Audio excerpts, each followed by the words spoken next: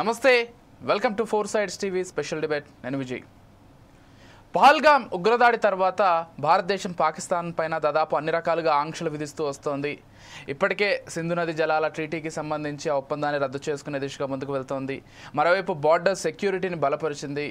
మరోవైపు వాఘా బార్డర్కి సంబంధించి దాన్ని కూడా పూర్తిగా క్లోజ్ చేసినట్లుగా తెలుస్తోంది.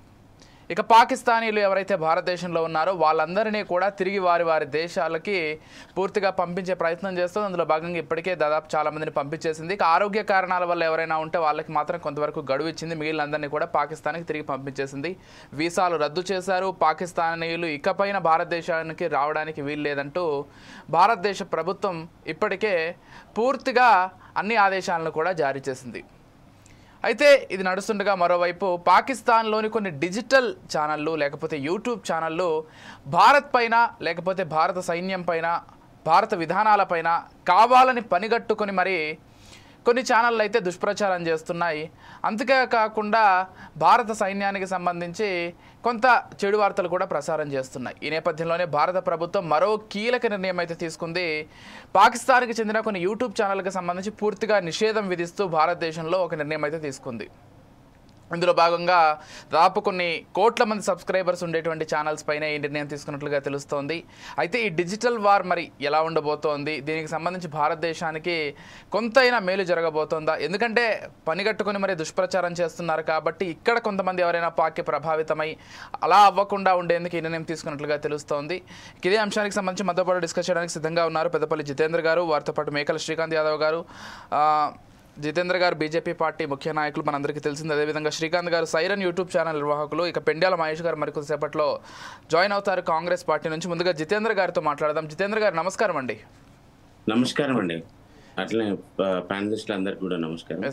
జితేంద్ర గారు ఎలా చూస్తారండి? ముందుగా ఆ ఘటన జరిగి దాదాపు కొన్ని రోజులు అవుతోంది. ఇప్పుడిప్పుడే కొద్దిగా మర్చిపోతున్నప్పటికీ ఆ బాధ ప్రతి ఒక్క భారతీయుడి గుండెల్లో అలాగే ఉంది. ఖచ్చితంగా ఈ చేసినటువంటి తీవ్రవాదుల పైన, దీన్ని వెనకుండి ఎంకరేజ్ చేసినటువంటి పాకిస్తాన్ పైన కక్ష తీర్చుకోవాల్సిందే అంటూ ప్రతి భారతీయుడు కూడా కోరుకుంటున్నారు. ఇదే నేపథ్యంలో నేను అన్నట్లుగా అనేక నిర్ణయాలు భారత ప్రభుత్వం కూడా తీసుకుంటూ వస్తోంది. ఇందులో భాగంగానే ఇప్పుడు పాకిస్తాన్కి సంబంధించినటువంటి ప్రముఖ డిజిటల్ యూట్యూబ్ ఛానళ్ల పైన కూడా నిషేధం విధించింది. సో ఎలా చూస్తారండి? అంటే పనిగట్టుకుని దుష్ప్రచారం చేసేటువంటి ఆ ఛానళ్ల పైన నిషేధం విధించడం కావచ్చు, లేకపోతే ఇకపై డిజిటల్గా ఎలా ఉండబోతోంది పాక్ ఇండియాకి మధ్య? ఈరోజు ఏదైతే నిర్ణయం తీసుకున్నారో అది కరెక్ట్ నిర్ణయం అని చెప్పి అనుకుంటున్నాను. ఎందుకంటే యూట్యూబ్ ఛానల్స్ ఇష్టరీతిగా వాళ్ళు పాకిస్తాన్, కొంతమంది మన ఇండియా నుంచి కూడా ఉన్నారు, మరియు పాకిస్తాన్ అయితే వాళ్ళు దీన్ని అసలు ఎట్లా టెలికాస్ట్ చేస్తుందంటే మన అంతరి పోరాటంతో ఇదంతా అవుతుంది. అసలు వాళ్ళకు సంబంధమే లేదు, వాళ్ళకి ఎట్లాంటి ఆలోచన లేదు ఇట్లాంటిది అనేది ప్రాపగండా యూట్యూబ్ ఛానల్స్ తీస్తున్నారు. ఇట్లాంటి ప్రాపగండా అసలు యూట్యూబ్ ఛానల్స్ ఏదైతే ఉన్నదో పాకిస్తాన్ది ఎప్పటికీ ఇండియా మీద విషయం చెప్తూనే ఉన్నారు వారు. అట్లాంటి యూట్యూబర్స్ నుంచి వెళ్ళి మనం పెద్దగా ఆశించేది ఏం లేదు. కానీ ఇప్పుడు వార్ టైం వచ్చినప్పుడు కూడా ఇవాళ వారు చేసే ప్రచారం ఏదైతే ఉన్నదో మొత్తం ఇండియాదే తప్పు అనే విధంగా చూపిస్తున్నారు. అంటే బురద జల్లే ప్రయత్నం చేస్తున్నారు. ఇది మనము ఈ స్టాండ్ ఏదైతే తీసుకున్నారో మోడీ గారు, ఇది 100% కరెక్ట్ స్టాండ్. ఎందుకంటే యూట్యూబర్స్ ఇవాళ రేపు అక్కడే యూట్యూబర్స్ని ఇక్కడ మన వాళ్ళు కూడా ఇప్పుడు సబ్స్క్రిప్షన్ చూస్తే ఒక్కొక్కరిది 63 కోట్లు 45 కోట్లు అట్లాంటి సబ్స్క్రిప్షన్స్ ఉన్నారు. ఎందుకంటే మన ఇండియా నుంచి కూడా సబ్స్క్రిప్షన్స్ ఎక్కువ ఉన్నారు వాళ్ళ ఛానళ్లకు. ఓకే, అట్లాంటి ప్రాపగండాని ఇవాళ మనము ఆ సబ్స్క్రిప్షన్ అనేది మొత్తానికి క్లోజ్ చేస్తే అది ఇక్కడ రిలే కాకుండా చూస్తే బాగుంటుంది. ఎందుకంటే ఇట్లాంటి క్రూషియల్ టైం ఇది. ఈ వార్ టైం అనేది ఇప్పుడు చాలా క్రూషియల్ అయిపోయింది. దీని గురించి కూడా ఇక్కడ వాళ్ళు చేసేది, ఇక్కడ ఉన్న సూడో సెక్యులర్లు ఇంకొంతమంది ఏం చేస్తున్నారంటే దాన్ని షేర్ చేస్తున్నారు. ఇవాళ మొత్తం మన ఇండియాదే తప్పు అన్నట్టు నిందిస్తూ, ఇవాళ మన ఇండియాదే తప్పు అన్నట్టు చిత్రీకరిస్తున్న ఆ ఛానళ్లను కూడా మన సోకాల్డ్ సూడో సెక్యులర్లు ఇక్కడ వారు కూడా దాన్ని షేర్ చేస్తున్నారు. మా గ్రూప్స్కి చాలా మంది కూడా ఒక డిఫరెంట్ విధంగా పంపిస్తున్నారు. అసలు ఇండియాదే తప్పు, మోడీదే తప్పు అనే విధంగా కనిపిస్తున్నారు. ఇంత ఫాస్ట్గా రియాక్ట్ అయ్యి ఇవాళ మీరు చూడడం జరిగితే నీటి జలాల విషయంలో సిమ్లా అగ్రిమెంట్ ఇమ్మీడియట్ తక్షణమే అన్నిటికన్నీ క్లోజ్ చేసినాం మనం. అవును. ఇవాళ జలాలు ఇంత ఫాస్ట్గా ఎవరు అరికట్టలే. మళ్ళీ తర్వాత వాటర్ కెపాసిటీ నిండినాక మొత్తం నిండినాక ఒక ఫ్లడ్ టైప్లో ఒక ఫస్ట్ సంకేతం ఇచ్చడం వాళ్ళకు. వాళ్ళ దగ్గర డ్యామ్స్ లేవు, వాళ్ళ దగ్గర ఎట్లాంటి ఇన్ఫ్రాస్ట్రక్చర్ లేదు. ఇవాళ ఆ వాటర్ ఒక్కసారి వదిలిపెడితే ఆ వాటర్ డైరెక్ట్ ఓషన్ పోయినట్టే. ఓకే. అక్కడ ఒక్క ఇన్ఫ్రాస్ట్రక్చర్ కూడా ఇంతవరకు కూడా అక్కడ పాలకం ఇంతవరకు కూడా పాకిస్తాన్ వాళ్ళు ఒక్క ఇన్ఫ్రాస్ట్రక్చర్ కూడా కట్టుకోలే వాళ్ళ నదుల మీద. ఇంతవరకు కూడా నీళ్లు వస్తే దాన్ని నియంత్రించేందుకు కూడా లేదు వాళ్ళ దగ్గర. ఏదున్నా మన సైనికులకు వాళ్ళ ఫినాన్స్ మొత్తం కూడా బడ్జెట్ మొత్తం కూడా ఫినాన్స్కి కేటాయించి ఇవాళ దేశాన్ని నాశనం చేసుకుంది చేతారులా అంటే పాకిస్తాన్. అట్లాంటి పాకిస్తాన్ యూట్యూబర్లని ఇవాళ మన ఇండియా ఎందుకు వాళ్ళని ఎందుకు సైలెంట్గా చూడాలి మనం? ఎందుకంటే ఇట్లాంటి టైంలో చేతగానోడే ఎక్కువ మాట్లాడతాడు అనే విధంగా మనం చేసుకుంటూ పోతాం, పని చేసుకుంటూ పోతున్నాం. ఒకటి తర్వాత ఒకటి బ్యాన్ చేస్తూనే ఉన్నాం. ఫస్ట్ వాటర్ ఆపినాక నెక్స్ట్ సిమ్లా అగ్రిమెంట్ అన్నీ వచ్చే ఎవరెవరైతే పాకిస్తాన్ నాగరికులు ఉన్నారో వాళ్ళందరినీ కూడా తక్షణం ఇక్కడి నుంచి పంపించే ప్రయత్నం పంపించినాము. ఇంకా కొంతమంది కూడా ఉన్నారు, వాళ్ళని కూడా పంపించే ప్రయత్నం చేస్తున్నారు. ఇంకా ఇవాళ ఈ యూట్యూబర్లది క్యాన్సిల్ చేసుట్లా అది పెద్ద మేజర్ ఇదంతా కూడా మన ఇండియాకే పాజిటివ్ అవుతుందని చెప్పి కూడా నేను అనుకుంటున్నాను. రైట్. మహేష్ గారు, శ్రీకాంత్ గారు మీరెలా చూస్తారండి? అంటే ఈ మొత్తం అంశంలో మనం గమనించినట్లయితే ఇప్పటికే పాకిస్తాన్ పైన అనేక రకాలుగా మనం ఆంక్షలు విధిస్తూ వస్తున్నాం. కాకపోతే ఎక్కువ ప్రభావం ఈరోజు దేనిపైన పడుతుందంటే డిజిటల్ ఛానళ్ళ వల్ల చాలామంది ఇక్కడ ఉన్నటువంటి సెక్యులరిస్టులు కావచ్చు, లేకపోతే కొంతమంది పాకిస్తాన్కి కూడా సపోర్ట్ చేసేవాళ్ళు లేకపోలేదు భారతదేశంలో ఉండి కూడా. అటువంటి వాళ్ళందరూ కూడా ఇటువంటి ఛానల్స్ని ఎంకరేజ్ చేయడం, ఏదైతే జితేంద్ర గారు చెప్తున్నట్లుగా అసలు పాకిస్తాన్ ఏ తప్పు లేదు, భారతదేశంలో అంతర్యుద్ధం వల్ల ఇదంతా జరుగుతోంది, లేకపోతే కాశ్మీరీలే వ్యతిరేకంగా ఉన్నారు భారతదేశానికి అనేటువంటి ఒక దుష్ప్రచారం చేస్తున్నారు చాలా విపరీతంగా. సో వాటిని అడిగట్టేందులో భాగంగానే ఇలా దాదాపు కొన్ని డిజిటల్ ఛానల్ అన్నింటినీ కూడా భారత్లో పూర్తిగా నిషేధం విధిస్తూ భారత ప్రభుత్వం నిర్ణయం తీసుకుంది. సో ఎలా చూస్తారు? ఎటువంటి ప్రభావం ఉండేది గతంలో, ఇప్పుడు ఏ వరకు తగ్గే అవకాశం ఉంది? యాజ్ ఎ యూట్యూబ్ ఛానల్ నిర్వాహకులు మీరు కూడా దీనిపైన కొంత అవగాహన ఉండే ఉంటుంది. సో ఏం చెప్తారు? ముందుగా ఇటువంటి అంశాన్ని తీసుకున్నందుకు ఫోర్ సైడ్స్ టీవీ వారికి నిజంగా ధన్యవాదాలు. అంటే చూడండి, ఇప్పుడు పాకిస్తాన్ ఛానల్స్ ఏదో ప్రచారం చేయొచ్చు, కానీ దాన్ని మన వాళ్ళు కూడా మరి ఎందుకో తల్లిపాలు దాగి రూము గుద్దినట్టుగా వీళ్ళు కూడా షేర్స్ కొడతా ఉన్నారు. వీటిని లోకల్ వాట్సాప్ గ్రూప్లలో కూడా ప్రచారం చేస్తున్నారు. మరి ఇది ఎక్కడి వింత పోకడనో, ఇది ఎక్కడి పైశాచికానందమో నాకైతే అర్థం కావడం లేదు. నిజంగా ఆ యూట్యూబ్ ఛానల్సే కాకుండా ఇది మన దేశంలో ఉంటూ ఇక్కడ తిండి తింటూ మరి మనకు ఈ విధంగా నష్టం జరిగించే ఇలాంటి వ్యక్తులను కూడా కొంచెం ఆరాధిసి వీరిపైన కూడా కొంచెం చర్యలు తీసుకుంటే బాగుంటుంది అనేది నా ఉద్దేశం అండి. ఓకే. అంటే చూడండి, ఎందుకంటే కనీసం ఒక ఇంగిత జ్ఞానం ఉండాలి కదా ఎవరికైనా కూడా, ఒక సాధారణ వ్యక్తికి కూడా. ఇంకా కూడా ఏంటంటే భారత్ పాకిస్తాన్ ఏం చేయలేదు, ఒక కేవలం మేకపోతు గాంభీర్యాన్ని మాత్రమే ప్రకటిస్తా ఉంది అని కూడా వ్యంగ్యాస్త్రాలు వేస్తా ఉన్నారు. అంటే ఇలాంటి కల్తీ విధవులకు ఇంకా కొంచెం బుద్ధి చెప్పాల్సిన కొంచెం అవసరం కూడా ఉంది. ఓకే, ఖచ్చితంగా తప్పనిసరిగా వీరి మీద ఖచ్చితంగా చర్యలు తీసుకోవాలన్నట్టు. ఎందుకంటే ఈ ఇంటి తిండి తింటూ ఇక్కడనే ఉంటూ ఏ మాత్రం దేశభక్తి లేకుండా ఒక పరాయివన్నీ ఈ విధంగా పోవడం అనేది నిజంగా ఒక భారతీయునిగా అలాంటి వ్యక్తులు సిగ్గుపడాల్సింది అన్నట్టు, ఇది ఖచ్చితంగా కూడా. రైట్. ఓకే అండి, మనతో పాటు పెండియాల మహేష్ గారు కూడా. ఇప్పుడు ఇంత పాకిస్తానీలను కొంచెం వారి స్వదేశాన్ని పంపించారు కదండి. అవునవును.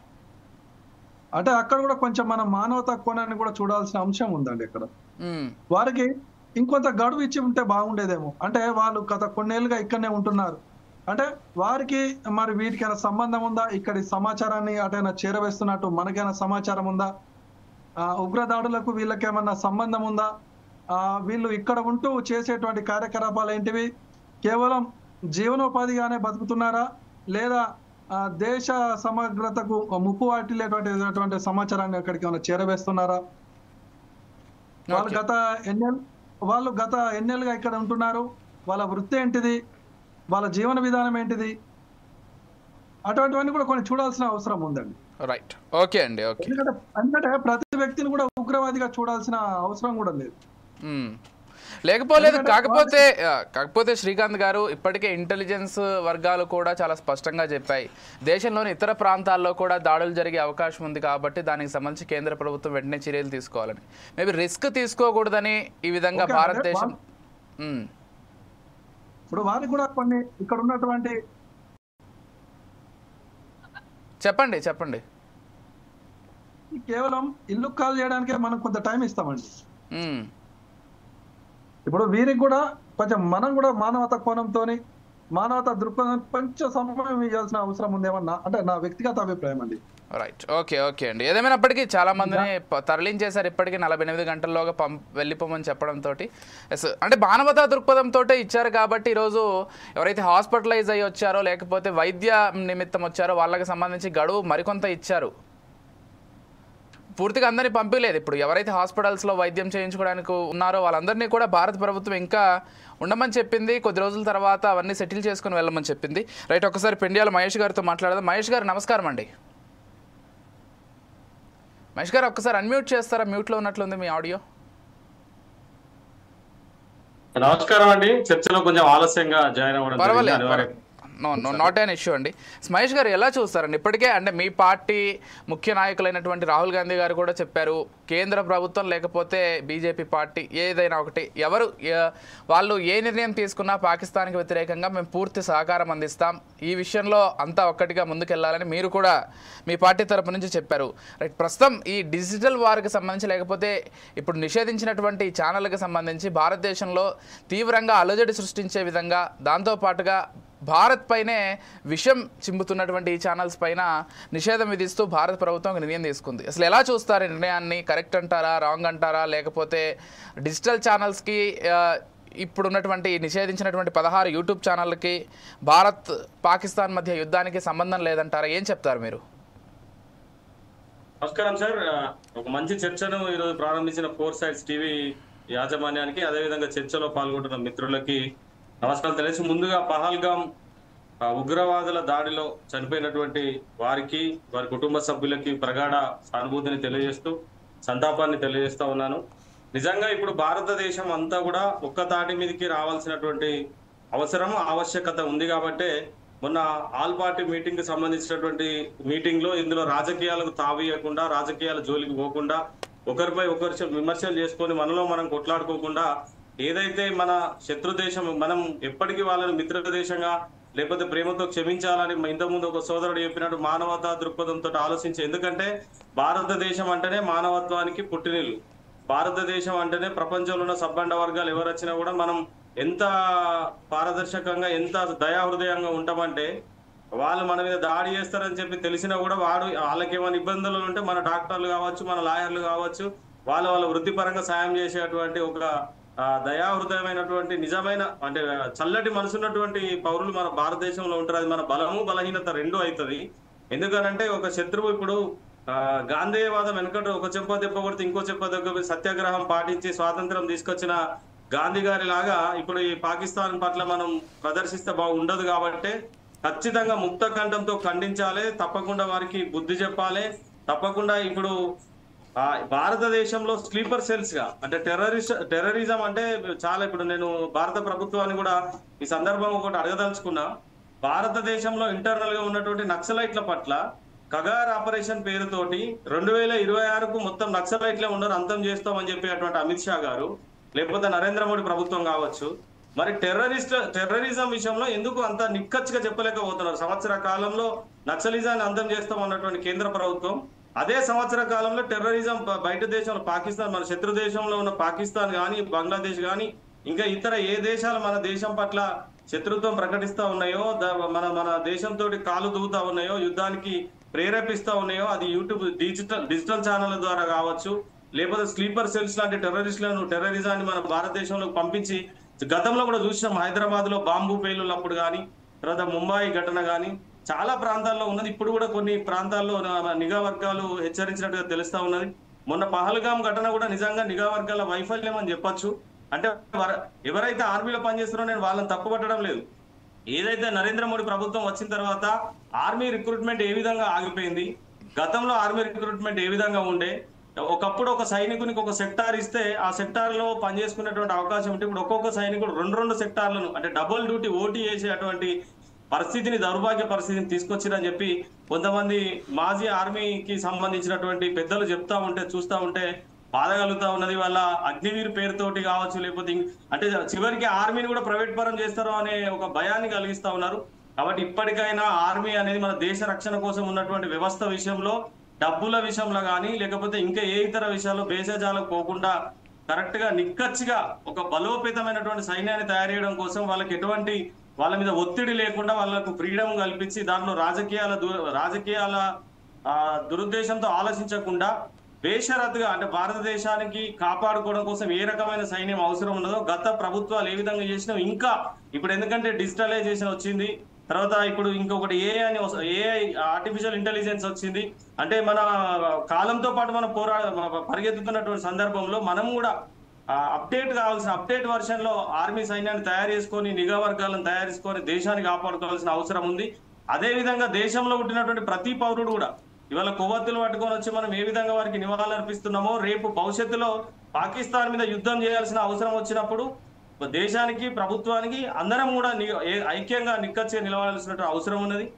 భారతదేశ ప్రభుత్వం పాకిస్తాన్ మీద ఏ రకమైనటువంటి నిర్ణయం తీసుకున్నా కూడా సబ్బండ వర్గాలు కూడా మద్దతు తెలియజేయడానికి సిద్ధంగా ఉన్నారు. కానీ ప్రభుత్వం ఆర్మీని బలోపేతం చేయడం విషయంలో, ఆర్మీ రిక్రూట్మెంట్ విషయంలో, సైనికులకు పని ఒత్తిడి లేకుండా వాళ్ళకు ఫ్రీడమ్ ఇచ్చేటువంటి విషయంలో, ఒక పనిని ఇద్దరు చేసే పనిని ఒకరికే అప్పచెప్పకుండా అవసరమైతే ఒక ఎక్స్ట్రా పర్సన్ ఉంచే విధంగా చాలా మంది యువత అంటే ప్రపంచంలో భారతదేశానికి ఉన్నటువంటి యువత ఏ దేశానికి కూడా లేరు. కాబట్టి యువతను అటువైపుగా తీసుకుపోవడానికి ఆలోచన చేసే విధంగా, మోటివేషన్ చేసే విధంగా దేశంలో ఇంటిగ్రేట్ అంటే ఐక్యత, దేశభక్తి దెబ్బతీయకుండా 10th క్లాస్ నుంచే చిన్ననాటి నుంచే విద్యార్థి దశ నుండే దేశభక్తిని పెంపొందించే విధంగా మనం అందరం ఒకటే దేశం కోసం కొట్లాడాలి, నిలబడాలి అనేటువంటి విధంగా తయారు చేసినటువంటి అవసరం ఉన్నది.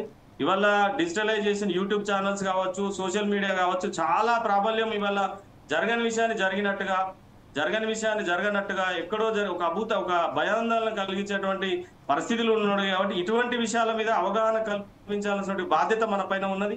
తప్పకుండా పాకిస్తాన్ ఓడించడం కోసం, పాకిస్తాన్ మీద యుద్ధం చేయడం కోసం దేశ ప్రభుత్వం ఏ నిర్ణయం తీసుకున్నా మేము ఉంటామని చెప్పి మా నాయకుడు రాహుల్ గాంధీ గారు కూడా అఖిలపక్ష పార్టీ మీటింగ్ లో చెప్పినట్టుగా పాకిస్తాన్ ను ఓడించడం కోసం, పాకిస్తాన్ ను మన జోలికి రాకుండా చేయడం కోసం, అలా ప్రజలు అక్కడ ఉన్నటువంటి ఏదైతే పాకిస్తాన్ లో ఉన్నటువంటి పౌరులు ఉన్నారో అందులో అమాయకుల మీద కాకుండా టెర్రరిస్టుల మీదనే మన యుద్ధం అని చెప్పి చెప్పడం జరిగింది. కాబట్టి ఈ దేశంలో కూడా, ఈ దేశం తిండి తింటూ, ఈ దేశం గాలి పిలుస్తూ ఇక్కడనే ఉండి ఇక్కడ ఉన్నటువంటి ఇప్పుడు నేను ఎందుకంటున్నా అంటే కొంతమంది ముస్లిం సోదరులు ఆర్మీలో చాలా మంచి పొజిషన్ లో పనిచేసి దేశం కోసం పనిచేసిన వాళ్ళు ఉన్నారు, ఆర్మీలో పనిచేసి దేశ రక్షణ కోసం పనిచేసిన వాళ్ళు ఉన్నారు, చాలా మంది చాలా రకాలుగా సేవలు అందించినటువంటి ముస్లిం సోదరులు ఉన్నారు, క్రిస్టియన్ సోదరులు ఉన్నారు.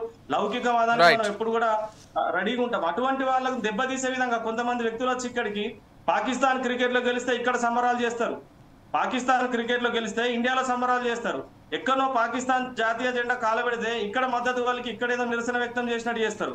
అటువంటి కొంతమంది వ్యక్తులు చేయబట్టి అంటే చాలా టెక్నికల్ గా వాళ్ళు మనల్ని ఎదుర్కోలేక, మన దేశం మీద యుద్ధం చేసి గెలవలేక, మన దేశంలో ఉన్నటువంటి ఏదైతే మన మత సామరస్యానికి నిలకడగా ఉన్నటువంటి దేశంలో మత కల్లోలు సృష్టించడం వల్ల, మనలో మనకు గొడవలు పెట్టడం వలన, మనలో మనకు యుద్ధాలు సృష్టించడం వల్ల చాలా ఈజీగా వాళ్ళు మనల్ని ఓడించేటువంటి అవకాశం ఉంటది. అంటే హిందువులు ముస్లింలు వేరు, లేకపోతే హిందువులు క్రిస్టియన్లు వేరు, లేకపోతే హిందువులు జైన్లు సిక్కులు వేరు అనేటువంటి ఒక విభజించి పాలించే ఆనాడు బ్రిటిష్ పాలన ఏదైతే బ్రిటిష్ పాలసీ ఉందో ఆ విధంగా ఇవాళ పాకిస్తాన్ చేస్తా ఉన్నది. కాబట్టి ఈ దేశంలో పుట్టి దేశం కోసం కొట్లాడే ప్రతి ఒక్క భారతీయ పౌరులందరూ కూడా దేశానికి అండగా నిలవాల్సిన అవసరం ఉన్నది. తల్లి పాలు రాగి తల్లి రొమ్ము గుద్దేటువంటి వ్యక్తులు ఎవరైనా ఉంటే వాళ్ళని గుర్తించాల్సినటువంటి అవసరం కూడా ఉన్నది, వాళ్ళని కఠినంగా శిక్షించాల్సినటువంటి అవసరం. ఓకే మహేష్ గారు, ఎస్. జితేంద్ర గారు, అంటే కేవలం ఇటువంటి యూట్యూబ్ ఛానళ్ల పైన నిషేధం విధించడం కాదు, అసలు మొత్తంగా 3 సంవత్సరాల నుంచి ఆర్మీ రిక్రూట్మెంట్ కూడా సరిగ్గా లేదు. అసలు నిజంగా ఆర్మీ స్టాఫ్ గట్టిగా ఉండుంటే ఈరోజు ఇటువంటి ప్రమాదాలు ఏవి కూడా జరిగేవి కాదు అంటూ మహేష్ గారు చెప్తున్నారు. బీజేపీ చెప్పండి. అది అంతా కూడా కరెక్ట్ వాదన కాదని చెప్పి నేను అనుకుంటున్నాను. ఎందుకంటే దేశ భద్రత గురించి బీజేపీ ఎప్పుడైనా కూడా దేశం first, party next, individual next అంటది. అంటే ఇండివిజువల్ గురించి చూసేది థర్డ్ ఏదైతే పార్టీ ఉందో బీజేపీ పార్టీ. నేషన్ ఫస్ట్ అనేది నినాదంతో ముంగడు పోయేది బీజేపీ పార్టీ.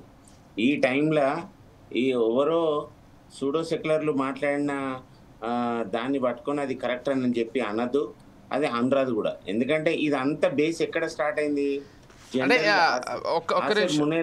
జితేంద్ర గారు ఇప్పుడు పదే గతంలో ఇందాక కూడా మాట్లాడుతూ స్యూడో సెక్యులర్ అంటూ ఒక పదాన్ని మళ్ళీ కూడా మీరు అన్నారు. అంటే ఏంటి ఇప్పుడు భారతదేశంలో ఉన్నటువంటి హిందువులందరూ కూడా ఖచ్చితంగా కట్టర్ హిందువులుగా ఉండాలనేది మీ అభిప్రాయమా? సెక్యులర్ హిందూ, నేను కట్టర్ హిందూ అని అనట్లేదు. ఇవాళ ఈ ఆసిఫ్ మునీర్, జనరల్ ఆసిఫ్ మునీర్ పాకిస్తాన్ వాడు ఒక స్టేట్మెంట్ ఇచ్చాడు. ఏమని? టూ స్టేట్ థియరీతోని ఇక్కడ హిందువులది ఏదైతే ఉన్నదో మాకు పనికిరాదు, మేము ఖచ్చితంగా వ్యతిరేకిస్తామని చెప్పి ఇచ్చిన కరెక్ట్ వారం రోజులల్లా మీరు ఇక్కడ అటాక్ జరిగింది అంటే దాన్ని ఎవరు ప్రేరేపిస్తున్నారు? ఇవాళ ఇంత పరిస్థితి వస్తుంది. ఎక్కడున్నాడు ఆసిఫ్ మునీర్? ఒక్క మీడియా ఛానల్ ముంగటి రావట్లేదు. ఇవాళ హై అలర్ట్ ఉంది పాకిస్తాన్లో. Where is Asif Munir? వాడు వారిపోయింది. వాని సొంత రక్షణ కోసం చూసుకొని దేశంలోకి వెళ్ళి పారిపోయిన వ్యక్తి ఆసిఫ్ మునీర్. వాడు రెచ్చగొట్టినాక ఇది దాడి జరిగింది. దాడి జరిగి అక్కడ ప్యాంట్ ఊడదీపి వీడు ముస్లిమా హిందువా అంటే ఇండైరెక్ట్ గా ప్యాంట్ ఊడదీకిందంటే దాని అర్థమైందండి. ఆడ అది అయిందా, కట్ అయిందా లేదా, వీడు ఎట్లున్నాడు అనేది విధంగా చెక్ చేసి వాళ్ళ చంపిందంటే ఇప్పటికి కూడా మనందరం ఒక్కటి కాకపోతే మనందరం కూడా ఒక్కటి కాకపోతే మాత్రం ఖచ్చితంగా అందరం ఒకటంటే ఏంటి? ఇప్పుడు హిందువులు అందరూ ఒకటి కావాలంటున్నారా, భారతీయులు అందరూ ఒకటి కావాలంటున్నారా? ఎగ్జాక్ట్ గా హిందువులు ఒకరు కావాలి, భారతీయులు కూడా ఒకటి కావాలి. ఎందుకంటే ఇది దేశం మీద ఇవాళ జరిగిన ఒక పెద్ద అటాక్, టెర్రర్ అటాక్. ఇది ఇవాళ దాన్ని టెర్రర్ అటాక్ అని కూడా కొంతమంది ఛానల్స్ పిలుస్తలేదు. ఇవాళ సోకాల్డ్ బీబీసీ ఇవాళ వాళ్ళ ఆర్టికల్ ఏం రాస్తుంది? 4 gunmen have attacked వాడు టెర్రరిస్ట్ అనేది కూడా చేస్తలేరు. మనం అట్లాంటి బీబీసీని ఇక్కడ ఎందుకు ఉంచాలి? మరి బీబీసీని బ్యాన్ చేశారా? సరే మరి బీబీసీని బ్యాన్ చేశారా మీరు? ఒక్క నిమిషం మహేష్ గారు ఒక క్వశ్చన్. జితేంద్ర గారు సరే మీరు చెప్తున్నారు ఇప్పుడు కేంద్ర ప్రభుత్వం బీబీసీని ఏమైనా బ్యాన్ చేసిందా? చేయాల్సిన అవసరం ఉంది అంటున్నాను నేను. ఎట్లయినా చేయాల్సిన అవసరం ఉన్నది. ఎందుకంటే బీబీసీ లాంటి అంటే డబుల్ స్టాండర్డ్ థియరీ వాళ్ళ దగ్గర ఉన్నది ఎప్పటికి కూడా. ఇవాళ దీన్ని టెర్రరిస్ట్ అటాక్ గా వాళ్ళు ఇంతవరకు కూడా వాళ్ళ ఆర్టికల్స్ లో రాస్తలేరు. గన్మెన్ వచ్చిండ్రు, ఫైర్ చేసిన ముచ్చట రాస్తున్నారు. మీరు ప్రతి ఆర్టికల్ చెక్ చేయండి of BBC. They are highlighting of gunmen అంటున్నారు కానీ they are not mentioning it attach and terrorist attack. ఇది టెర్రరిస్ట్ అటాక్ కాదా? ఇవాళ నువ్వు ప్యాంట్ ఉడవికి నువ్వు హిందూ అయితేనే చంపిళ్ళు, మరి ముస్లిం ఎంతమందిని చంపిళ్ళు, పక్క జరిపిళ్ళు ముస్లింస్ ని. ఇవాళ ఒక్క ముస్లిం ప్రొటెక్ట్ చేసిండు కావచ్చు, వాళ్ళని చంపద్దు ఎందుకంటే వాళ్ళు మా టూరిస్టులు వాళ్ళతోనే మా జీవితం నడుస్తుంది, వాళ్ళని ఏం అనకండి, ఇట్లాంటి టెర్రర్ అటాక్ చేయకండి అని చెప్పి ఒక్కరు అడిగిలు కావచ్చు. అక్కడ ఉన్న ముస్లిం వ్యవస్థ అందరు అడిగితే మాత్రం ఈ టెర్రర్ అటాక్ జరుగుతుండేనా? అక్కడ ముగ్గురు ఆ టెర్రరిస్టులు నలుగుట్లల్లా ఒక్క లోకల్ కాశ్మీరీ ఉన్నాడు, మిగతా ముగ్గురు మాత్రం ఫారినర్స్ అనేది డిసైడ్ అవుతుంది. అంటే ఫారినర్స్ అంటే ఇన్ సెన్స్ పాకిస్తాన్ వాళ్ళు. ఓకే, ఇవాళ మీరు దాన్ని ఎందుకు హైలైట్ చేయరు?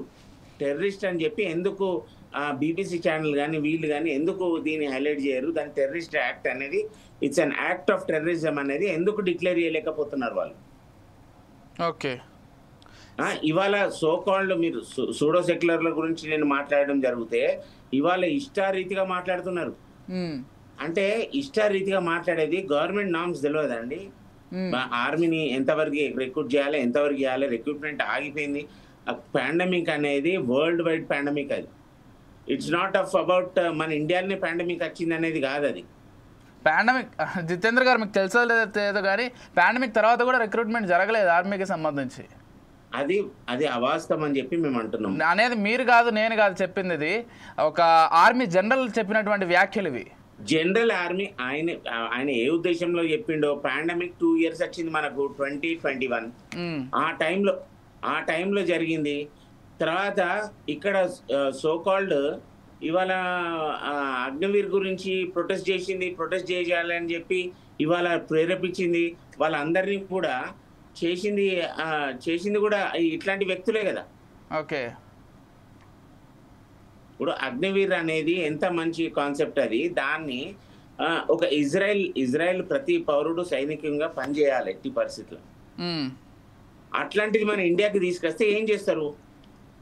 ఏమని చెప్తారా మేము కూడా. అగ్నివీర్ అట్లా కాదు. అగ్నివీర్ ఒకసారి చూడండి సార్, మీరు అగ్నివీర్ కాన్సెప్ట్ ప్రతి ఒక్క పౌరుడు ఆర్మీలో పనిచేయాలనేది కాదు కాన్సెప్ట్. అగ్నివీర్ నేను ఏమన్నా ఇజ్రాయెల్ గురించి ఎగ్జాంపుల్ తీసుకున్నా. నేను ఇజ్రాయెల్ ప్రతి ఒక్క పౌరుడు సైనికునిగా చేయాల్సిన అవసరం. మహేష్ గారు ఏదో అడుగుతున్నారు, మహేష్ గారు అడగండి, చెప్తారు. నేను ఒక విషయం స్పష్టంగా చెప్తున్నా సార్, ఇది హిందూ ముస్లిం గొడవ కాదు, ఇది ఇండియా పాకిస్తాన్ గొడవ. వాస్తవంగా ఇంతకుముందు సార్ చెప్పినట్టు అక్కడ చంపేటప్పుడు హిందువా ముస్లిమా చూసి చంపిండి అనేది వాస్తవం. అదే విధంగా ఆ సారే చెప్పిన మళ్ళీ ఏమన్నారో అక్కడ ఉన్నటువంటి ముస్లిం ఒక అతను కాపాడే ప్రయత్నం చేసినారు. నేను కూడా ఏమంటున్నా అంటే నిజంగా బార్డర్ లో ఉన్నటువంటి ఆర్మీలో ముస్లిం సోదరులు కూడా ఉన్నారు, దేశం కోసం కొట్లాడి. నిజంగా భారతదేశం నా తల్లి లాంటి దేశం మీద పాకిస్తాన్ వచ్చి గిట్ట దాడి చేస్తే ఎదుర్కొంటా, నా రొమ్మును నా ఛాతీని అడ్డంగా నిలబెట్టి నా దేశాన్ని కాపాడుకుంటా అని హిందూ సోదరులు ఏ విధంగా ఆర్మీలో పనిచేస్తున్నారో కొంతమంది ముస్లిం సోదరులు కూడా పనిచేస్తా ఉన్నారు. ఈ దేశంలో ఉండి ఈ దేశం తిండి తింటూ ఈ దేశంలో సభలు పెట్టి అనేక రకాల ఉపన్యాసాలు ఇస్తూ ఈ దేశంలో మతతత్వాన్ని రెచ్చగొడుతూ ఈ దేశంలో ఉన్నటువంటి ఇంటిగ్రేటెడ్ ఐక్యతను దెబ్బతీసేటువంటి స్లీపర్ సెల్స్ గా ఉన్నటువంటి వాళ్ళని గుర్తించమని అడుగుతా ఉన్నాం మేము కూడా. ఏదైతే ఇప్పుడు కేంద్ర హోంశాఖ మంత్రి అమిత్ షా గారు ఆపరేషన్ కగార్ పేరుతో సంవత్సర కాలంలో నక్సలిజం ఉంచా అని చెప్పి ఆపరేషన్ కగార్ పేరుతోటి అమాయక గిరిజన సోదరులను, అమాయకులైనటువంటి అడవి బిడ్డలను, అడవిలో పుట్టి అడవిలో పెరిగి అడవి తల్లి ఒడిలో ఉన్నటువంటి అమాయక ప్రజలను ఊచకోతకు వస్తున్నారు కదా. ఎందుకు ఈ 11 సంవత్సరాల కాలంలో మీరు ఈ భారతదేశంలో ఉన్నటువంటి టెర్రరిస్టులను గుర్తించలేకపోయారు? ఇవాళ మీరు ఇలా దాడి జరగంగానే పాకిస్తాన్ వాళ్ళు ఎవరున్నారో వెళ్ళిపోమని అసలు ఎందుకు అనుమతి ఇచ్చారు? ఎందుకు మీరు ఇవాళ ఇంటెలిజెన్స్ ఎందుకు విఫలమైతా ఉన్నది?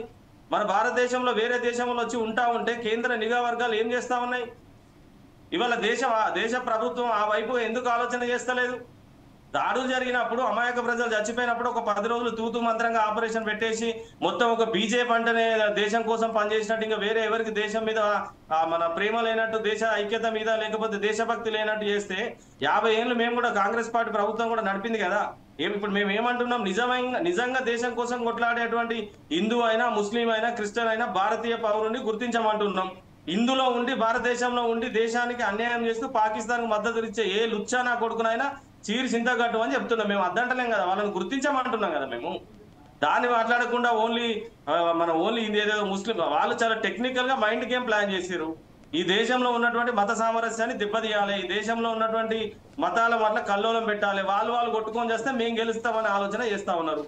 అట్లా కాకుండా నిజంగా పాకిస్తాన్ మూలాల మీద దెబ్బ కొట్టి వాళ్ళు మూర్ఖులు, వాళ్ళు పాకిస్తాన్ వాళ్ళ బుర్రలో మెదడు ఉండదు, వాళ్ళు శాడిస్టులు, వాళ్ళని దెబ్బ కొట్టమని. కానీ ఈ దేశంలో ఉన్న వాళ్ళని నిలగొట్టమని చెప్తున్నాం మేము కూడా. కాంగ్రెస్ పార్టీ పెద్ద నాయకులు పాకిస్తాన్ కి నష్టం కాదు, మాకు నష్టం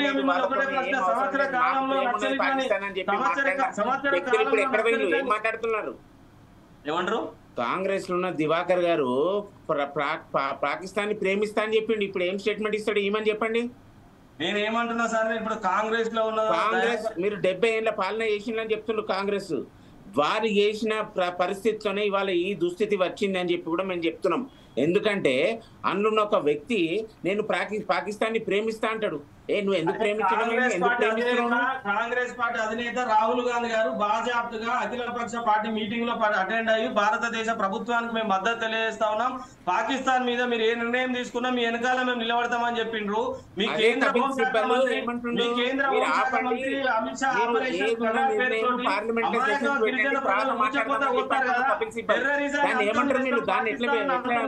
చెప్పలేకపోతున్నారు. పాకిస్తాన్ ఇప్పుడు సంవత్సర కాలంలో మన దేశంలో ఉన్న అమాయక గిరిజనులను ఊచకోత కోసి నక్సలైట్ చర్చలకు వస్తామంటే కూడా వాళ్ళతో చర్చలు చెప్పకుండా అనేకమైన బిఎస్ఎఫ్ జవాన్లను అక్కడికి పంపి మొత్తం అన్ని రకాల శస్త్రాలను వినియోగించే వాళ్ళని అంతమొందిస్తున్నారు కదా. ఈ దేశంలో ఉన్నటువంటి పాకిస్తాన్ కుక్కలను కావచ్చు, బంగ్లాదేశ్ కుక్కలను కావచ్చు ఎందుకు గుర్తించలేకపోయారు? ఎందుకు ఇవాళ అక్కడ పహల్గాం మన దేశంలో ఉన్నటువంటి కాశ్మీర్ లో వాళ్ళు వచ్చి టెర్రరిస్టులు దాడులు చేస్తా ఉంటే నిఘా వర్గాలు విఫలం కావడానికి కారకులు ఎవరు? ఇవాళ ఆర్మీని రిక్రూట్మెంట్ చేయకుండా చేసింది ఎవరు? మీరు ఒక దయాకర్ అన్న మా కాంగ్రెస్ పార్టీ అధినేత రాహుల్ గాంధీ గారు ఏం చెప్పినా చూడాలి. ఒక వ్యక్తిగతంగా మీకు దయాకర్ అన్న వ్యక్తిగత ప్రయోజనాలు కాదు ఇక్కడ, వాళ్ళ అభిప్రాయాలు కాదు ఇక్కడ. యావత్ దేశం ఒకటే కోరుకుంటా ఉన్నది, పాకిస్తాన్ మన శత్రు దేశం, 100% శత్రు దేశం. పాకిస్తాన్ మీద కొట్లాడాల్సిందే, పాకిస్తాన్ ఓడించాల్సిందే, మన కాలు కింద చెప్పులాగా పెట్టాల్సిందే. దానికి చేయాల్సినటువంటి పనులు ఏందో చేయకుండా అనవసరమైనటువంటి రాద్దాంతం. ఇప్పుడు దేశం అంతా ఐక్యంగా ఉండి కొట్లాడన్నా, హిందూ ముస్లింగా విడిపోయి కొట్లాడాలా? అందరం కలిసి కొట్లాడి ఎవడైతే వ్యతిరేకిస్తాడో వాడు హిందూ అయినా ముస్లిం అయినా దేశానికి వ్యతిరేకంగా మొన్న ఒక ఎమ్మెల్యే ఎవరో మాట్లాడితే ఆయన మీద దేశద్రోహం కేసు పెట్టి లోపలేసి ఎవరైనా ఖండించిండా? వాని ఉరి చేయండి. వాని ఎవరైనా దేశద్రోహం చేస్తే తప్పకుండా శిక్షించమని కోరుతా ఉన్నారు కదా ఎవరైనా కూడా. యావత్ అన్ని పార్టీలు ఏం చెప్తారు జితేంద్ర గారు? ఎస్ మహేష్ గారు ఒక్క నిమిషం ఏం చెప్తారు? ఇన్ని రోజులు అసలు కేంద్ర ప్రభుత్వం కళ్ళు మూసుకొని ఉంది. ఇక్కడ పాకిస్తాన్లున్నా బంగ్లాదేశ్ వాళ్ళున్నా ఇప్పుడు దాడి జరగంగానే వాళ్ళని ఫైండ్ అవుట్ చేసి బయటికి పంపించినాక అసలు ముందంతా ఏం చేస్తున్నారు అనేది క్వశ్చన్ వారది. ఏం చెప్తారు? ఇవాళ వాళ్ళు చూస్తున్న ఏం చేస్తున్నాం అనేది ఫస్ట్ నుంచి కూడా దీని గురించి ప్రతిష్టమైన ఏదైనా నిర్దిష్టంగా పోతుంది బీజేపీ. ఇవాళ వీరు ఒక సంఘటన జరగంగానే ఏం చేస్తుంది ఇంటెలిజెన్స్ ఫెయిల్యూర్ అని అంటుంది. వీళ్ళు ఉన్నప్పుడు ఎన్ని దాడులు జరిగినాయి? 1948 నుంచి వెళ్ళి 2014 వరకు ఎన్ని మత కల్లాలు జరిగినాయి, ఎన్ని దాడులు జరిగినాయి, ఎన్నిటి వరకు జరిగినాయి? ఇవన్నీ కాంగ్రెస్ గవర్నమెంట్ లో జరిగింది కాదా? మీరు అప్పుడు తీసుకున్న తక్షణ నిర్ణయాలు ఎప్పుడన్నా నీళ్ళని ఎప్పుడైనా ఆపిలా? ఇవాళ నీళ్ళని ఆపితే పాకిస్తాన్ లో ఇవాళ వాళ్ళ పొలిటీషియన్స్ ని రాళ్లతోని కట్టెలతో కొడుతుండ్రు తెలుసా మీకు? Latest news.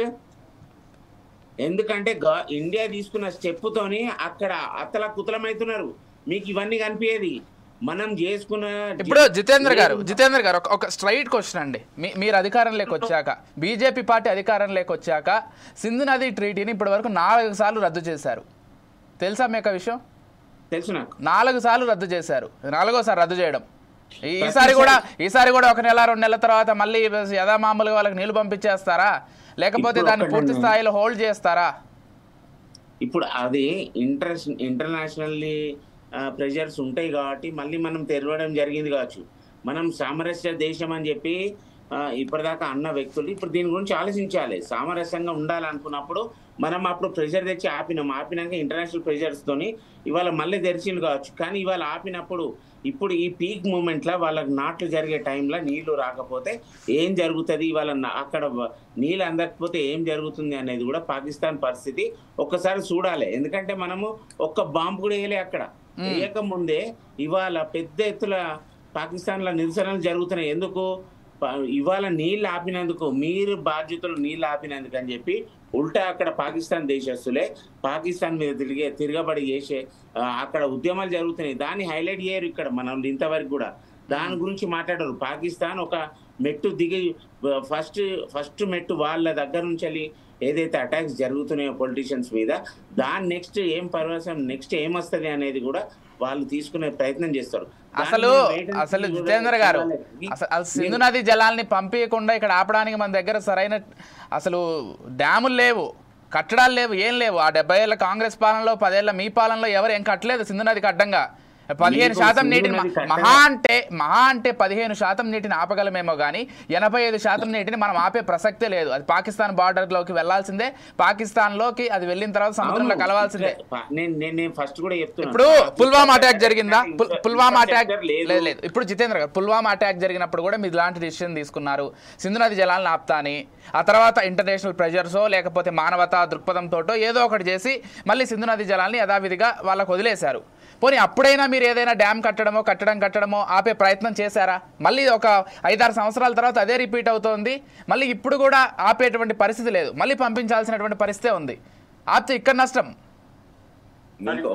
ఇంకొక క్వశ్చన్ సార్, జితేందర్ సార్, ఒక క్వశ్చన్ కంప్లీట్ చేసినాక మీరు ఆన్సర్ చేయండి. సూటిగా ఒకటే ప్రశ్న సార్. అడవులలో ఉండేటువంటి అడవి బిడ్డలైనటువంటి అమాయకులైనటువంటి గిరిజనులను ఆపరేషన్ కగార్ పేరుతోటి నక్సలిజాన్ని అంతమొందిస్తాము, సంవత్సర కాలంలో సమూలంగా తుడిచిపెడతామని చెప్పి బహిరంగంగా ప్రకటన చేసిన అమిత్ షా గారు ఈ దేశంలో ఉన్నటువంటి స్లీపర్ సెల్స్ గా ఉన్నటువంటి టెర్రరిస్టులను గుర్తిస్తాము, ఈ దేశం మీదకి వచ్చే టెర్రరిజాన్ని పూర్తిగా సమూలంగా పాకిస్తాన్ లో ఉన్నా, ఆఫ్ఘనిస్తాన్ లో ఉన్నా, ఇవాళ ఒసామా బిన్ లాడెన్ మన బిన్ లాడెన్ చంపడం కోసం అమెరికా దేశాలు పూర్తిగా వాళ్ళ సైన్యాన్ని వినియోగించి ఏ రకంగా అగ్రరాజ్యమైన అమెరికా ఏ రకంగా కొట్లాడిందో మనం ఇంత 140 కోట్ల జనాభా ఉన్నది, బలమైనటువంటి ఆర్మీ ఉన్నది, బలమైనటువంటి యువకులు ఉన్నారు. ఆ టెర్రరిజాన్ని చంపడం కోసం, టెర్రరిజాన్ని సమూలంగా తీసేయడం కోసం నక్సలిజం మీద ఏ విధంగా ప్రకటన చేశారో టెర్రరిజం మీద ఎందుకు ప్రకటన చేయలేకపోతారు సార్ మీ ప్రభుత్వం? మీరు ఒక్కటి మీ ప్రభుత్వం అంటున్నారు. వైఎస్ రాజశేఖర్ రెడ్డి ఫస్ట్ నక్సలైట్ చర్చలకు పిలిచి ఎన్ని ఎన్కౌంటర్లు అయినాయో మా అందరికి తెలుసు, అది మా అందరికి కూడా అవగాహన ఉన్న దాని గురించి. నేను చెప్పేది ఒకటే, అప్పుడు సమస్యలు ఏది ఉన్నదో ఆ సమస్య మీద టేకప్ చేసింది కావచ్చు. కానీ మీరు ఒసామా బిన్ లాడెన్ గురించి మాట్లాడుతున్నారు. ఒసామా బిన్ లాడెన్ని పెద్ద కంట్రీ, అంత పెద్ద అమెరికా లాంటి country it took 10 years to ఆయనను హంట్ చేసేందుకు 10 years తీసుకుందండి. ఆయన దొరికింది ఎక్కడ?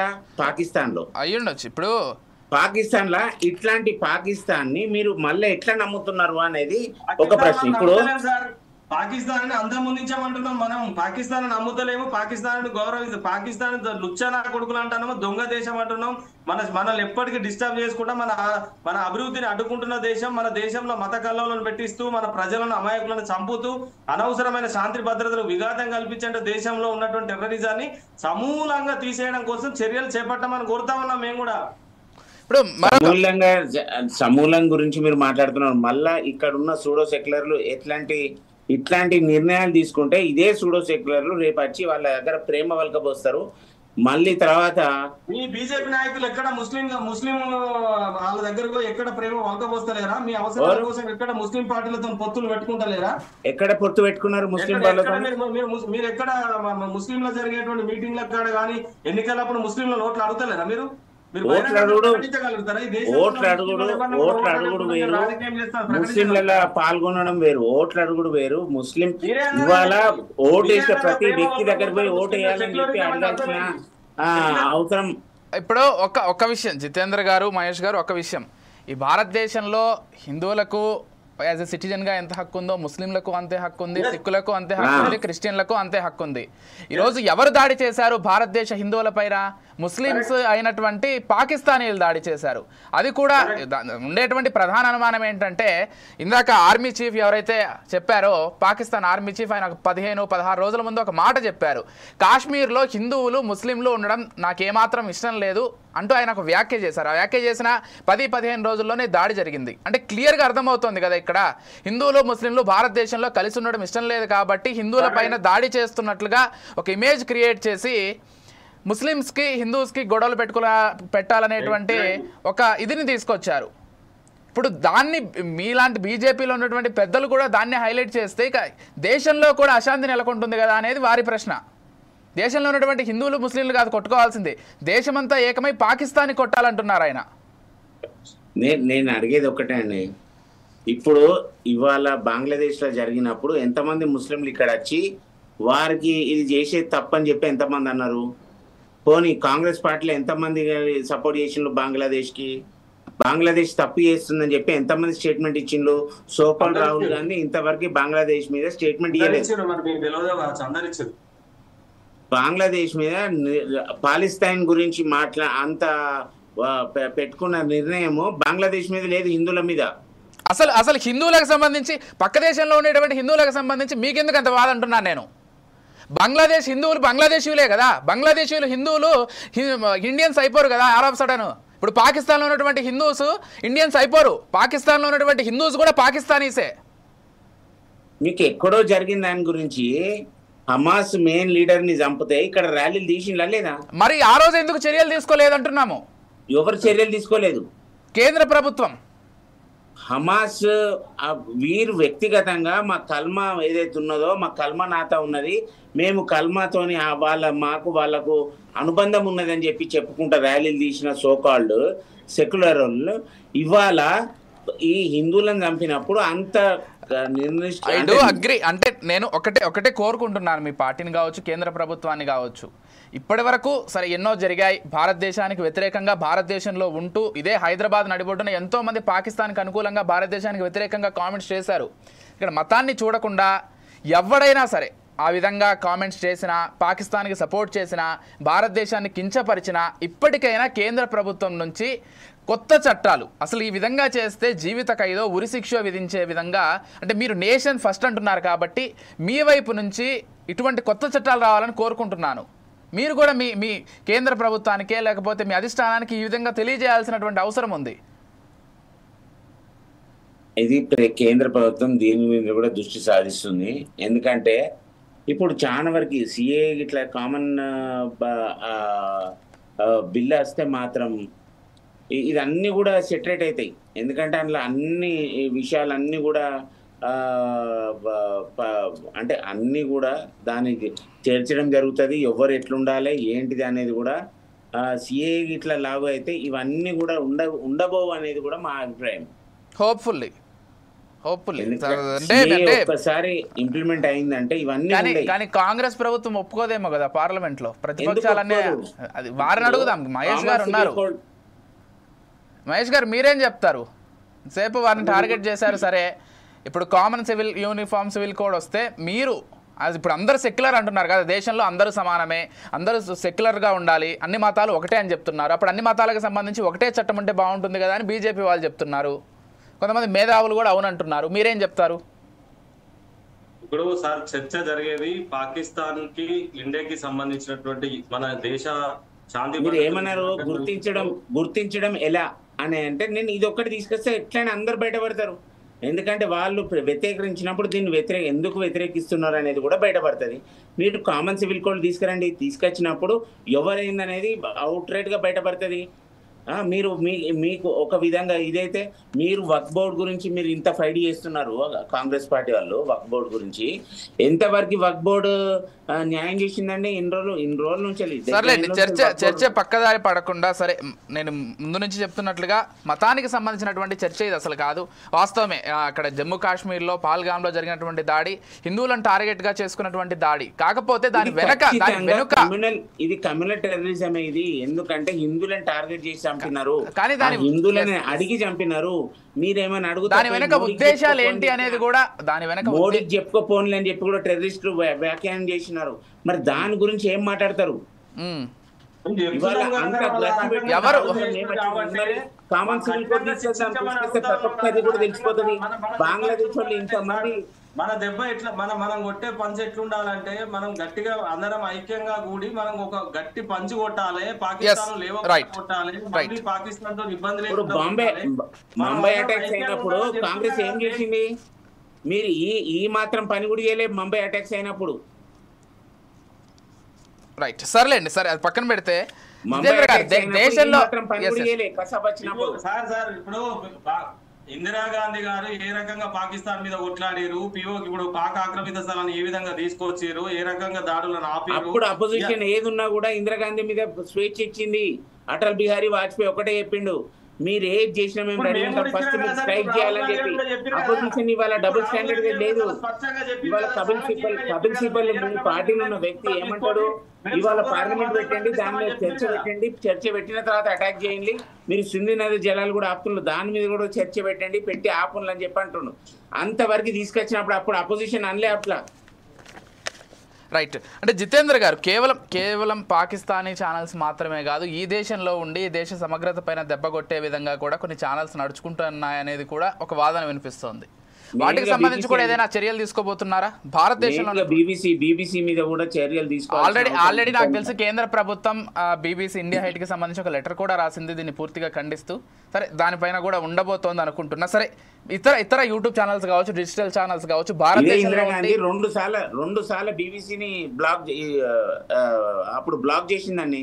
ఇండియాలో అడుగు పెట్టద్దు బీబీసీ అని. ఎవరు తప్పు పడతారు సార్? మన దేశం కోసం, మన దేశ రక్షణ కోసం, దేశాన్ని కాపాడడం కోసం, శత్రు దేశాన్ని వినాశనం చేయడం కోసం, శత్రు దేశాన్ని ఓడించడం కోసం మీరు ఏ రకమైన, నేను అనేది మీ అధిష్టానం ఏం మాట్లాడుతుందో ప్రతి ఒక్కరు కూడా మాట్లాడాలి. అసలు ఇవాళ పార్టీ ప్రెసిడెంట్ ఏం మాట్లాడాలి ఆయన చెప్పాలి.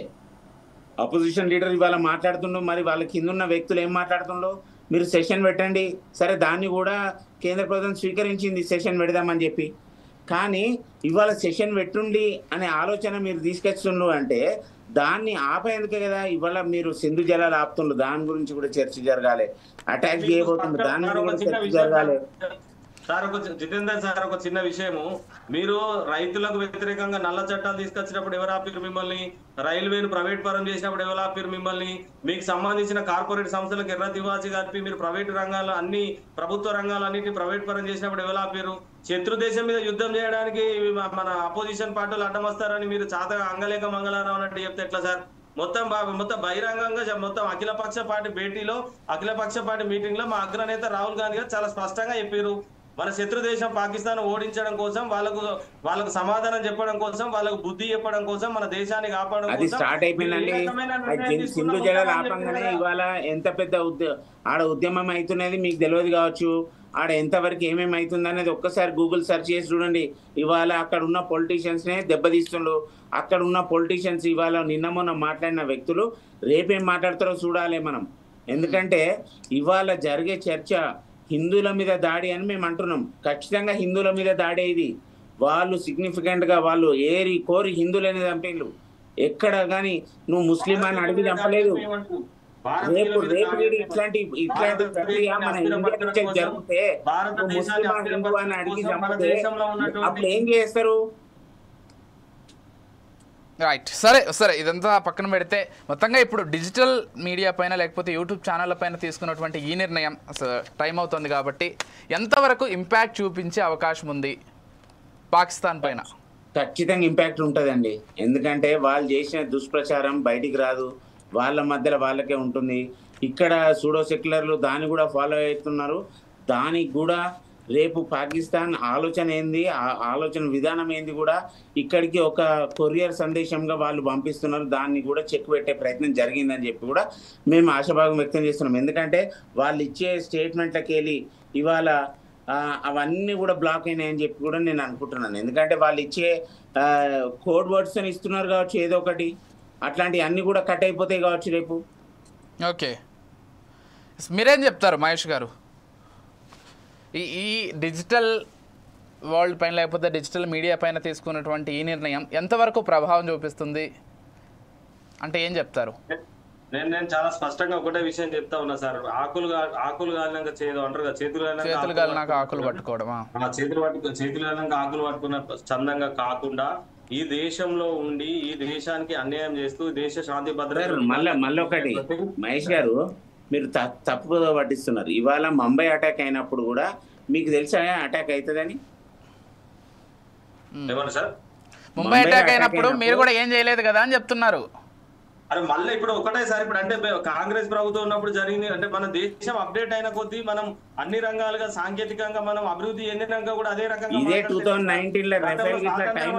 50 ఏళ్ళ కింద ఎట్లున్నాము, ఇప్పుడు ఎట్లున్నాం, 70 ఏళ్ళ స్వాతంత్రం తర్వాత ఎట్లున్నాము? స్వాతంత్రం వచ్చినప్పుడు 4 సైడ్స్ టీవీ ఉన్నదా? ఈ రకంగా జూమ్ మీటింగ్స్ ఉన్నాయా? ఈ రకంగా సాంకేతికత ఉన్నదా? ఈ రకంగా సాంకేతిక అభివృద్ధి ఉన్నదా? ఈ రకంగా రోడ్స్ ఉన్నాయా? ఈ రకంగా రైల్వేస్ ఉన్నాయా? ఈ రకంగా దేశం అభివృద్ధి ఏంది ఉన్నదా? ఇప్పుడు దేనికైనా కూడా టైం విల్ డిసైడ్. మనం వెయిట్ అండ్ సీ అనే విధంగా చూడాలి. సరే, ఇమ్మీడియట్ గా అటాక్ చేయాలి. అటాక్ చేసే ప్రాసెస్ లా ఉన్నది. దాన్ని ఏం చేస్తున్నాం అనేది మీరు చేతులు కాలినాక ఆకులు పట్టుకుంటారా? ఇవన్నీ మీరు తప్పుతో పట్టిస్తున్నారు పబ్లిక్. ఇదంతా కూడా మీరు చేతులు కాలినాక అంటే ఏం కాలింది, ఏం జరిగింది? 50 ఏళ్ళు దేశాన్ని 50-60 సంవత్సరాలు మేము పరిపాలనలో దేశాన్ని కాపాడినప్పుడు చిన్న చిన్న శూన్యమైంది, జీరో అయింది,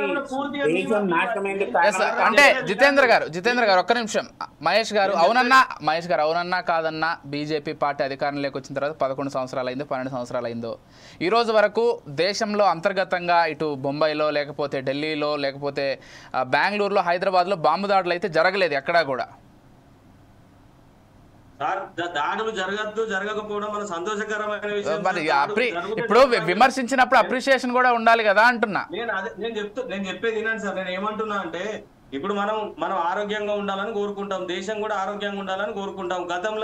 మనం గత 10 సంవత్సరాల క్రితం ఏదైనా డిసీజ్ ఉండి మంచిగా హెల్తీగా అయిపోయిన తర్వాత ఇంకా మంచిగా ఉండాలని కోరుకుంటాం తప్ప గతంలో 10 ఏళ్ల క్రితం ఇట్లుండే ఇప్పుడు అట్లుండాలని కోరుకోము కదా. నేను ఏమంటానంటే సాంకేతిక పరంగా, రోడ్స్ పరంగా, రైల్వే పరంగా అన్ని రకాలుగా మనం అభివృద్ధి చెందే దేశంగా వచ్చి ఇవాళ ప్రపంచ దేశాలతో పోటీ పడుతున్న నేపథ్యంలో మన ఆర్మీ విషయంలో విస్మరిస్తా ఉన్నారు. ఇవాళ దేశంలో ఉన్నటువంటి నక్సలైట్లను చంపే మీద ఉన్నంత ప్రేమ, ఆపరేషన్ కగార్ మీద ఉన్నంత ప్రేమ, మన కార్పొరేట్ సంస్థలకు ఎర్ర తివాచి కలిపేంత ప్రేమ, రైల్వేను ప్రైవేట్ పరం చేసేంత ప్రేమ, ప్రభుత్వ రంగ సంస్థలను ప్రైవేట్ రంగం మార్చేంత ప్రేమ ఉన్నట్టుగా, ఆ దాంట్లో ఉన్న ఆసక్తి ఉన్నట్టుగా టెర్రరిజం మీద, ఈ రకంగా దాడుల మీద, శత్రు దేశాల మీద వాళ్ళను ఓడించడంలో, ఇక్కడున్న టెర్రరిస్ట్ స్లీపింగ్ సెల్లర్స్ ను గుర్తించడంలో, దేశ అనైక్యతకు పాల్పడే వ్యక్తులను గుర్తించడంలో విఫలం కావద్దు. మనందరం ఐక్యంగా ఉండాలి.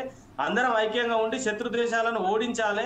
అదే విధంగా దేశం కోసం పనిచేసేటువంటి నిజమైనటువంటి భారతీయులు, ఆ భారతీయులలో ముస్లింలు ఉన్నా, క్రిస్టియన్లు ఉన్నా, బార్డర్ లో కొట్లాడే సైనికుడు భారతీయునిగా కొట్లాడతాడు తప్ప ఇవాళ మొత్తం ప్రపంచం మొత్తం కూడా రైట్ వింగ్ కి షిఫ్ట్ అవుతున్నదండి. మీరు ఇది గుర్తిస్తుందో లేదో మాకు తెలియదు, కానీ ప్రపంచం మొత్తం రైట్ వింగ్ కి షిఫ్ట్ అవుతుంది. ఎందుకంటే ఇన్ని రోజులు జరిగినాయి చూస్తున్నారు. ఈ సో కాల్డ్ సెక్యులర్ అని చెప్తున్న దేశాలన్నీ కూడా ఇవాళ సర్వనాశనం అవుతున్నాయి. బ్రిటన్ దగ్గర నుంచి అది చూసుకుంటే మాత్రం లేదు. జితేంద్ర గారు మహేష్ గారు ఒక్క నిమిషం. మహేష్ గారు ఒక్క నిమిషం. ఓకే కానీ జితేంద్ర గారు మతమాధారంగా ఉన్న దేశాలు మరింత నాశనం అవుతున్నాయి. బంగ్లాదేశ్, ఆఫ్ఘనిస్తాన్ లాంటి దేశాలు అసలు ప్రపంచ పటంలో లేకుండా పోయేటువంటి పరిస్థితి మతం ఆధారంగా ఉన్నటువంటి దేశాలు. ఇది అట్లీస్ట్ ఈ ఇతర సెక్యులర్ భావజాలం ఉన్నటువంటి దేశాలు కొంతవరకు దెబ్బతిన్నాయేమో కానీ మతం ఆధారంగా ఉన్న దేశాలు ప్రపంచ పటంలో లేకుండా జీరో అయిపోతుంది. రేపు మీరు రెడీ కానీ రైట్ వింగ్ కి షిఫ్ట్ కాకపోతే మాత్రం ఇదంతా జీరో అయిపోతుంది మొత్తం. నెక్స్ట్ ఇన్ని రోజుల్లో మీరు మాట్లాడిన బంగ్లాదేశ్, ఆఫ్ఘనిస్తాన్ పరిస్థితి నెక్స్ట్ సెక్యులర్ దేశాలకు ఉంటది. మనం ఖచ్చితంగా హిందూ దేశంగా, హిందూ రాష్ట్రంగా మనం పరిరక్షించకపోతే మాత్రం రేపటి రోజుల మనం కూడా కామన్ గా జరుగుతుంది. ఇంట్లోకి వచ్చి ప్యాంట్ తిప్పి చూసి చంపే ప్రయత్నం జరుగుతుంది అని చెప్పి కూడా హెచ్చరిస్తుంది. ఒక ప్రశ్న సార్ సూటి ఒకటే ప్రశ్న సార్.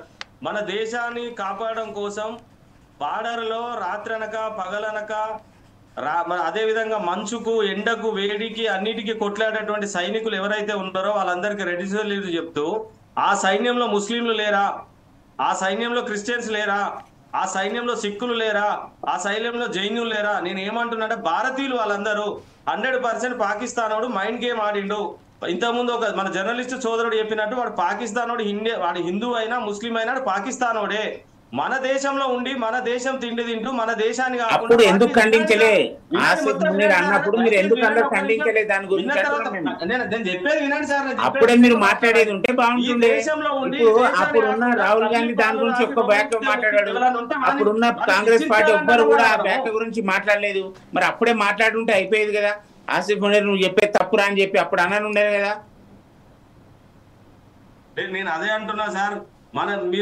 నేను ఏమంటా, ఈ దేశంలో ఉండి ఈ దేశం తిండి తినకుండా వేరే దేశాన్ని ప్రేమించేటప్పుడు గుర్తించండి, శిక్షించండి, మంచి చట్టం తీసుకురండి.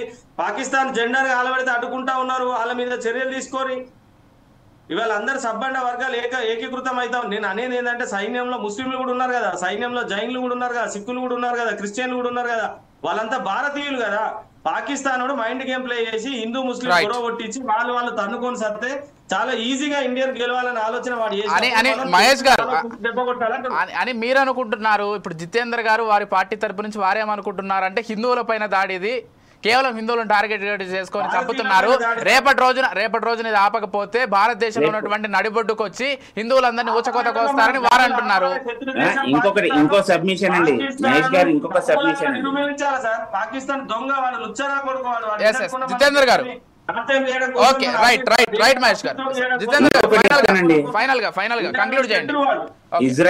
ఇజ్రాయిల్ 7th అక్టోబర్ యాక్ట్ కింద జరిగినప్పుడు ఒక హమాస్ కూడా కాదు, he was an individual citizen of Palestine, so called Gaza పట్టి నుంచి వచ్చిన వ్యక్తి.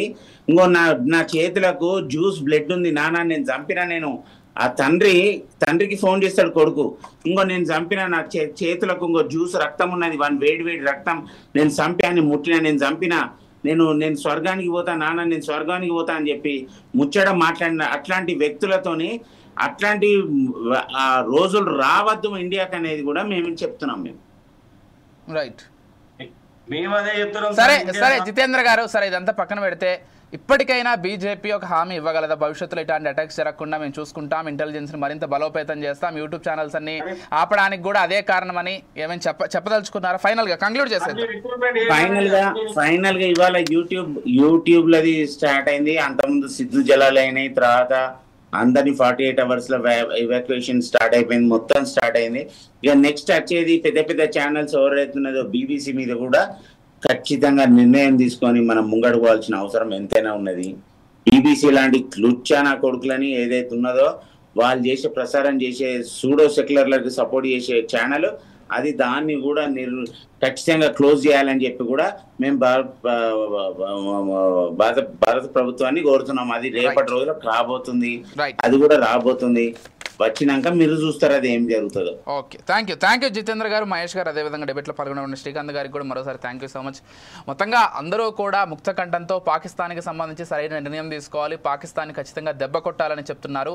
ఇక యూట్యూబ్ ఛానళ్ళకి సంబంధించి కూడా మరిన్ని యూట్యూబ్ ఛానళ్లను రద్దు చేయాల్సినటువంటి అవసరం ఉంది. భారతదేశంలో ఉంటూ భారతదేశంలో ప్రసారాలు చేస్తూ భారతదేశానికి వ్యతిరేకంగా టెర్రర్ అటాక్ని సమర్థిస్తూ ఎవరైనా ప్రచారాలు లేకపోతే కథనాలు ఇచ్చినా కానీ వాళ్ళపైన చర్యలు ఉంటాయని చెప్తున్నారు జితేంద్ర గారు. హోప్ఫుల్లీ ఉండాలని కోరుకుందాం. ఇది వాళ్ళ special discussion. Keep watching 4 Sides TV.